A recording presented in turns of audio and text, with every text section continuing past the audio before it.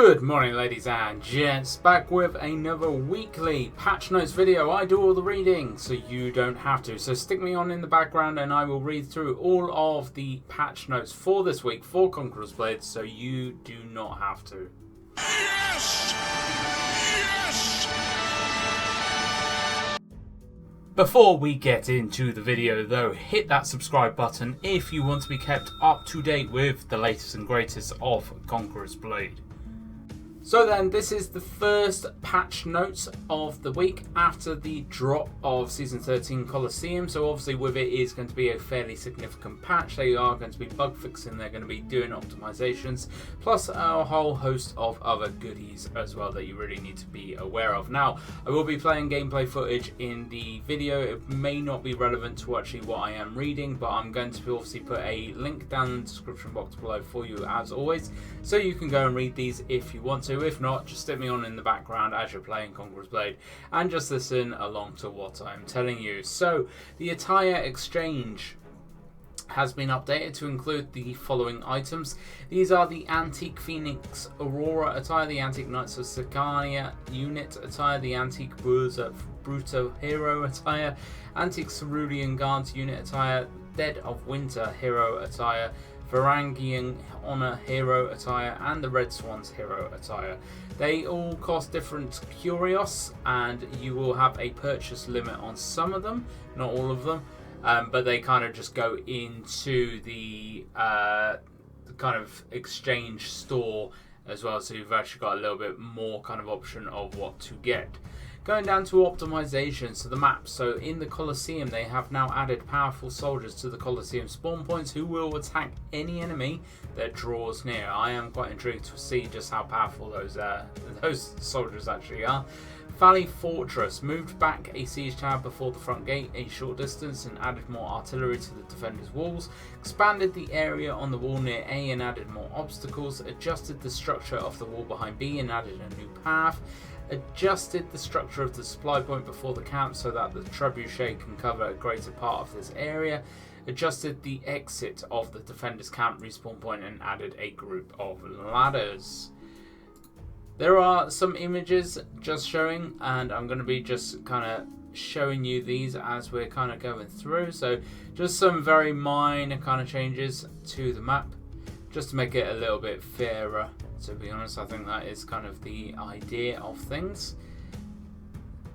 Moving on down then to White Elk Fort. So White Elk Fort, they have added an extra respawn point to the attackers near A. The attackers can now respawn closer to the battle to more easily attack from the flanks. Added an extra safe respawn point to the attackers. Added more artillery for the attackers outside the walls. Added a supply point for the attackers outside the walls and slightly adjusted the previous supply point's location.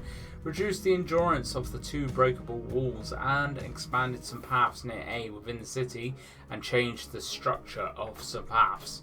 So just a few more images to kind of show you here as well.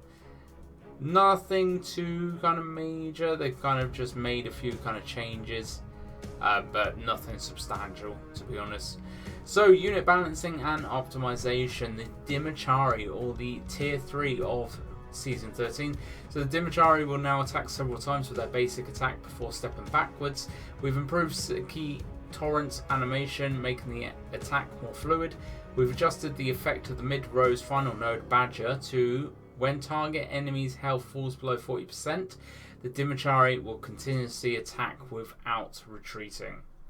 Varangian Guards. Now, there is a little bit, I've already kind of read through these, and the translation on this is not the greatest, so I'm going to try and explain exactly what it means.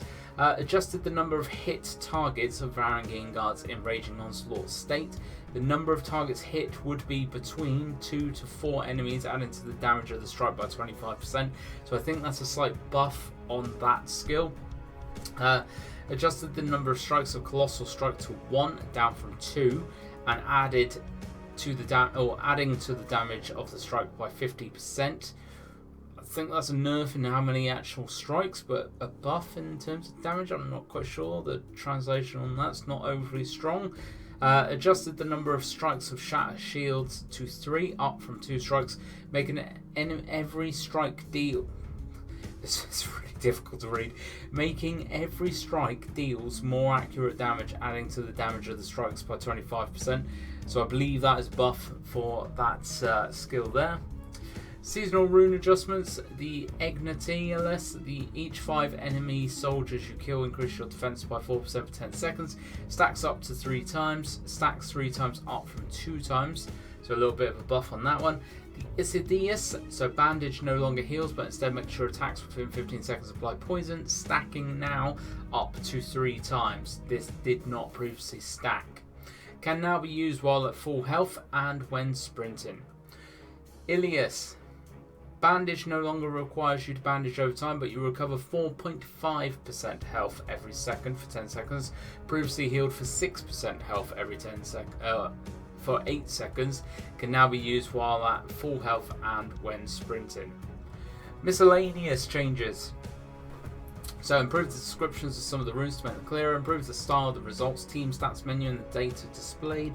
Warlords who have already unlocked Conqueror's Path cannot purchase it again for themselves, but only for other warlords that have not yet activated their battle pass. Weekly quests that previously only required you to participate in a mode now require you to earn a rating of at least C. That means you cannot AFK. This affects the following modes: Surround the Bandits, Expeditions, Deathmatch, Free Battles and Field Battles. Reduce the bronze coin, honor, hero experience and unit experience rules gained when suffering defeat in Surround the Bandits. Bug fixes. Going down to the bug fixes. So, Warlords resolved an issue where skills that make you move forward, such as the Maul's Strike and Grapple and the Poleaxe's Rough Justice, would be interrupted if there was a difference in elevation. So, thinking about fighting on stairs, that was should be all resolved now. Units resolved an issue where the Varangian guards had a chance to attack the enemy before them after throwing their axes. Varangian guards don't throw their axes, I'm not quite sure what that's about. Also resolved an issue where they would sometimes strike the air when launching multiple attacks. Resolved an issue where the Murmelon's movement speed in battle didn't match the movement speed shown on the unit screen. Resolved an issue where the Murmelon's health recovery after assuming formation wasn't elicited under their label. Resolved an issue where the Dimichari's Butcher's Build training node didn't take effect. Maps. Resolved an issue where you sometimes didn't gain any progress from the Colosseum map for test your skills and usurpation in daily quests. And finally, miscellaneous bug fixes. Resolved an issue where the 2-set bonus from the Epic Bow Armor schematics wouldn't take effect in some situations, and resolved an issue where some helmet runes sometimes stopped working during field battles. So there is quite a few different changes, fixes, a couple of map fixes as well, which I think are going to make a little bit of a change, to be honest, especially to Valley Fortress. Nothing massive, nothing major. The translation on this week's news is a little bit weak, I have to say, so I'm not quite sure what's happened there, but I have done my best to kind of read it out for all of you. But how are you finding the season so far? Is there anything that you have kind of found in terms of bugs or problems or issues that you hope that they will fix pretty quick? Let me know down in the comments below. As always, folks, hit that like button, hit that sub button, share this video around, and I will catch you out in the Colosseum.